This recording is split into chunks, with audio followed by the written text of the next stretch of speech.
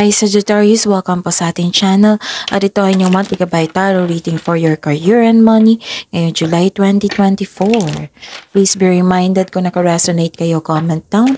Kung hindi kayo naka-resonate, ibigay niyo po sa iba kasi channel reading po ito. This is for you, Sagittarius, July 2024. Career and money.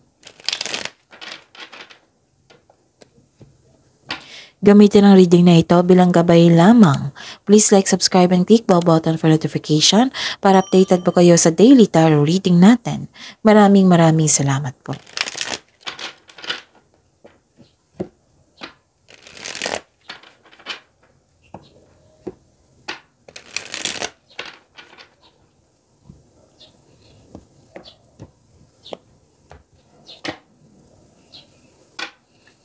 Spirit Guide, mga ganap po. Mga ganap sa career and money ni Sagittarius ngayong July 2024. I need 3 cards po.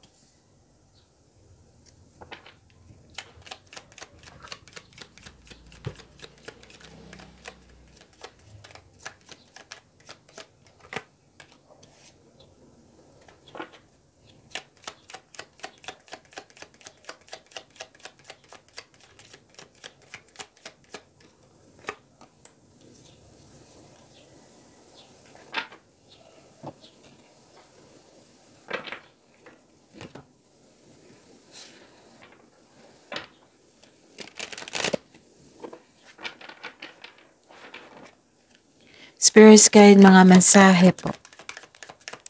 Mga mensahe para kay Sagittarius sa career and money nila ngayong July 2024. I need 2 cards po.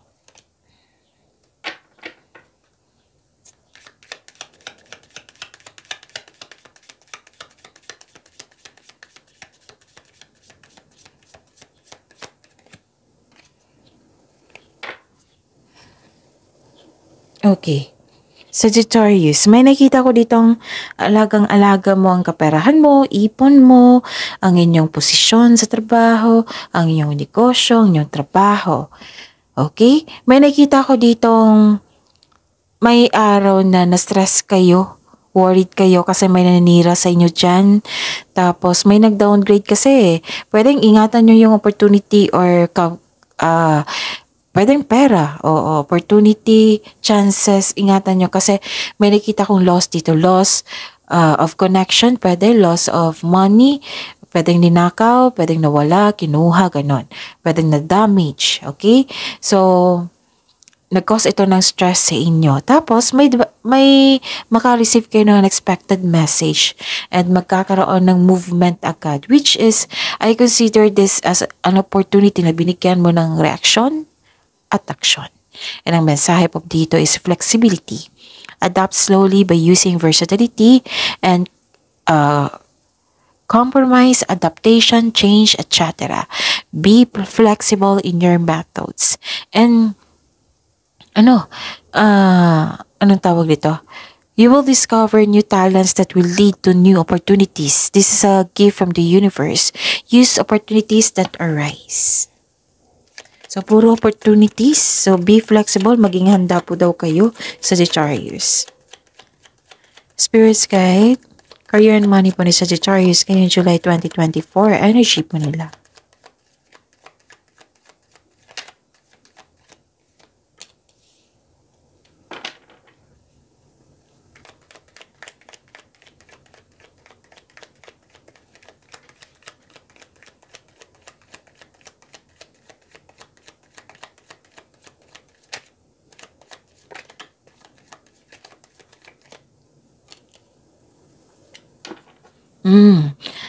Daily reminder to ha, kailangan nyo tong kung napanood nyo June 26, manoorin yung video nyo sa June 25, 24, 23, and 22.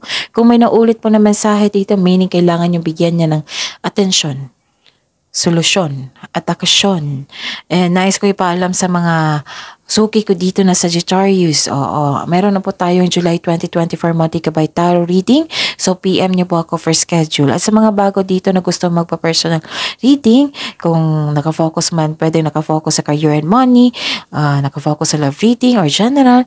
So, comment down for link para mag-reply ako po kung paano nyo ako makontak. And kung may narinig kayong ingay, may construction po sa kabilang bahay, pasensya na po sa ingay. At ayun, focus kayo sa akin para may magkuha kayong mensahe. At don't worry kasi nakafocus ako sa reading natin ngayon. Maraming salamat po. Okay. May nakita ko ditong na-burnout kayo sa sobrang daming trabaho. Nagkaroon na kayo ng lack of self-confidence, mas nangingibabaw yung takot or you're taking your work to the next level. Oo, gusto mo pero may takot ka na gusto mong mag-excel pa, mag-level up pa. So, it's time to step out from your comfort zone, sabi po ng card nyo. If you are serious about your growth. May problema din sa kaperahan dito. Kung hindi pa kayo nagkaroon ng problema dito, then, watch out sa inyong kaperahan. Control on overspending, control and check time to time. Oo. Bantayan yung pera nyo kasi may nakita kong loss dito. Okay? So, nawalan kayo ng gana sa inyong trabaho dito. May alok na tulong pero hindi mo tatanggapin. So, feeling burnout kayo dito. So, sabi po ng card dito, don't push yourself so hard. Huwag niyong pahirapan yung sarili niyo. Pero don't worry kasi may nakita ko ditong recovery.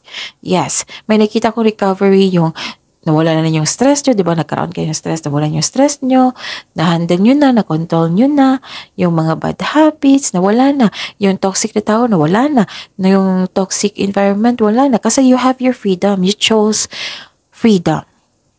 You choose freedom, piliin parati yan, para hindi mabigat sa inyong loob. Okay?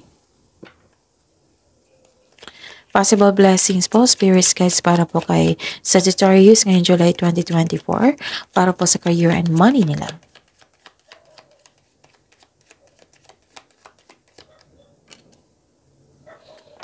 Ang daming opportunity dito. Wow! Pero watch out ha kasi may tumanggi ka dito sa isang offer. Pag-isipan niya ng mabuti. So, this is recovery nga. Dalawang card na po nagsabi dito na may recovery. May offer tapos may recovery. Ang ganda. Kasi nakikita ko dito na ang sabi ay, may parating na offer. New opportunity, project, nagbibigay sa iyo ng excitement. Marahil lang inyong new boss or mentor nyo or amo mo dyan, nag-offer ito ng much needed support. So, nabigay ito ng support sa inyo. Like for example, pagtaas ng posisyon, sweldo, allowance. Kung feeling mo stagnant kayo ngayon kasi dalawang card na nasabi dito, open your mind to the inspiration. You need to make work more enjoyable for you. So, enjoy mo na yung mga gagawin mo. And sabi po dito, good news is on the way. Pwedeng, yun, yung sabi ko kanina, yung support. Okay? So, this is an offer and nagkaroon po ng releasing of pains, yung nawala na yung stress, worries, ano pa. Recovery to dalawang card na po nagsabi dito na may recovery, na okay na kayo. Nagkaroon na ng healing. You're healing yourself from heartbreak, nag-let go kayo sa pain, yung masasakit na alala sa mga nangyari, kahit may nararamdaman pa kayong disappointment or lungkot, nag-make move po kayo for recovery and releasing a pain. Excited kayo dito sa offer. So, pinili nyo na mag-go dito sa happiness than this makulong kayo sa inyong emotion na sa kalungkutan. So, dalawang card na nagsabi dito na naka-recover na kayo. Karoon ng healing. Spirits guide, challenges po na ma-overcome po na Sagittarius sa July 2024 sa career and money nila. I need 2 cards po. Huwag niyo kalimutan na yung bagong love reading channel natin. So, kailangan yung i-click yung bell notification para malaman nyo na may upload na or subscribe kayo doon. Okay, lalabas ito sa screen nyo ngayon. Kung gusto nyo malaman yung ano yung nararamdaman niya, gustong sabihin sa inyo, andun po. Okay? So, yun. Pagbalanse ang kailangan po dito. Kasi nakita ko dito nagkaroon ng disbalance sa kaperahan. So, 3 card na po nagsabit dito. Pero ma-overcome nyo po ito, don't worry. Tapos may tension dito. Oo. So, I think mangyayari ito sa lahat ng fire signs kasi kung panoorin nyo yung Aries and Leo, andun din. May tension po or concern sa isang responsableng tao. Tapos, kailangan po daw kayo mag-save ng money, control on overspending din po daw. Okay? And ano pa? May tao na hindi nag-appreciate sa inyo na which is isa sa dahilan na nasaktan kayo. Okay?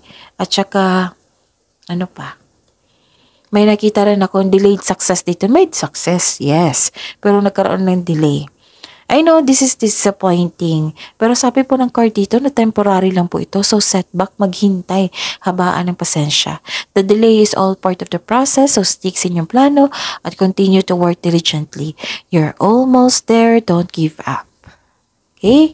Magkakaroon din yan ng balanse po at pagkakaisa. Okay? May success and victory po ako nakikita. Okay? So, kung may ilang beses na lumabas dito yung opportunities, kailangan maging flexible kayo. Okay? Maging handa. Kasi magkakaroon ng changes Oo, ma-adapt nyo yan. Don't worry, itong pagbabago na ito. And accept this universe, this gift from the universe. Oo.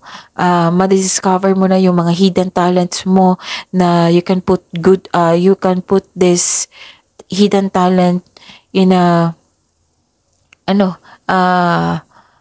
magagamit mo ito para magkaroon ka ng pera, magkaroon ng opportunity. So, use opportunities that arise. Okay? Kasi nakikita ko dito, remind lang ha, nakikita ko dito na may nag-ask na support sa inyo or tulong. Pag-isipan nyo ng mabuti. Kasi nakikita ko dito na tinanggihan mo. Siguro wala kayo sa mood kasi nasaktan kayo, di ba? Pero mas pinili nyo maging masaya. Kasi ang ganda ng offer sa inyo kasi naka-line up sa inyong trabaho dyan, sa inyong passion. So that's it. That is your reading. See you tomorrow, Sagittarius. Please like, subscribe, and click bell button for notification para updated po kayo sa daily tarot reading natin. Maraming salamat po.